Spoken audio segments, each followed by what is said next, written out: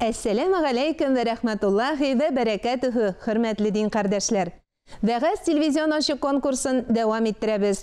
Ниса сүрәсенең 103-нче аятында дөрестән дә намаз ул вакыты билгеләнгән фарыз гамәл буларак йөкләнде дип әйтелә. Апас районында яшәүче мөселман кардәшебез Рәис Нигъмәтҗанов безгә намаз фазиләтләре турындагы вәгазен яздырып җибәргән. Намаз Аллаһ Раббыбызның фәрманы, фарызы, нуры. Бүгенге көндә намаз укымаучы кешене без бәхетсез дип әйтә алабыз. Ни өченме? Чөнки беләбез, Аллаһ Тәгаләгә гыйбадат кылырга чакырган мәзин хайя аләс-салах дип әйтә. Хайя аләс-салах, ягъни ашыгыгыз намазга дип әйтә. Шушыннан соң хайя аләл-фалах дип әйтә. Ягъни ашыгыгыз бәхеткә ирешергә. Аллаһ Раббыбызга гыйбадат кылыр өчен һәм дә җәннәтле булыр өчен, җәһәннәмнән имин булыр өчен азаннар 5 вакыт яңгырап тора. Әмма бүгенге көндә мөхтәрәм җәмәгать, ни кызганыч, намаз укучы булсынмы, намаз укымаучы булсынмы, барыбыз да шушы олы гыйбадәткә салкын карыйбыз. Сезгә беренче мисал китерәсем килгән иде. Кайберәүләр әйтәләр, Аллаһның рәхмәте булсын аларга, әле вакыт җитмәгән дип.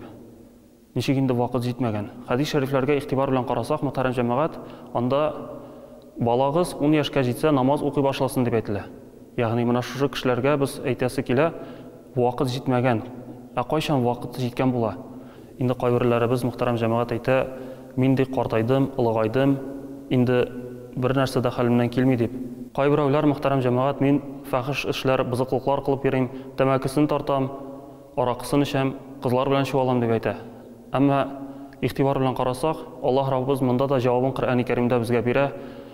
Кем бызыклык эшли, намазга тотынсын, намазга ябышсын дип килә. Ягъни фәхиш һәм бызык әйберләрдән намаз сезне имин кылыр дип килә. Инде сез фәхишлек, бызыклык кылып йөрисез икән, үзегезнең үзгәртергә телисез икән, Аллаһ Раббыбызның намазын укый башлагыз. Кайберәүләр әйтәләр, хәтерем юк дип, хәтерем начарланды дип. Тик бу да аклануның бер төре булып тора, мөхтәрәм җәмәгать. Аллаһ Тәгаләнең фарызларын, фәрманнарын үтәмәс өчен нәрсә генә уйлап тапмыйбыз бит. Бу кызганыч намаз укучыларга да кала. Менә мисал. Аллаһның рәхмәте барыбыз да беләбез иртәнге намазның фазиләтен, анда нинди дәрәҗәләр икәнен. Әмма бүгенге көндә мөхтәрәм җәмәгать, иртәнге намазга тормыйча, Пәйгамбәрбез саллаллаһу алейһи ва саллям намазны ахырында кичектереп укыган дип үзебезгә фәтва чыгарып, фәрманнар биреп, шушындый рәвештә кайбер вакытта намазларга тормыйча калабыз. Кайбер вакытта намазларны укымыйча калабыз, мөхтәрәм җәмәгать. Җәмәгать намазларына йөрмибез. Иң беренче чиратта үземне, аннан сезне намаз укучылардан булырга чакырып калам. Җәмәгать намазларыннан Аллаһ Раббыбыз беребезне дә аермасын иде. Һәм дә киләчәк тормышыбызда үзенең киң рәхмәтләре белән сөйкле Пәйгамбәрбез Мөхәммәд Мустафа саллаллаһу алейһи ва саллям белән бергә булып, аның мәҗлесендә мәҗлестәш булып, үзенең йөзен, дидарын күргән насыйп ва миясәр кылсын.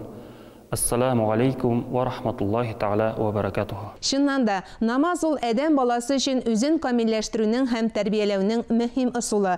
Барыгызга да камиллек һәм сәламәтлек теләп, бүгенгә сау буллашам. Ассаламу алейкум ва рахматуллаһи ва баракатуһу.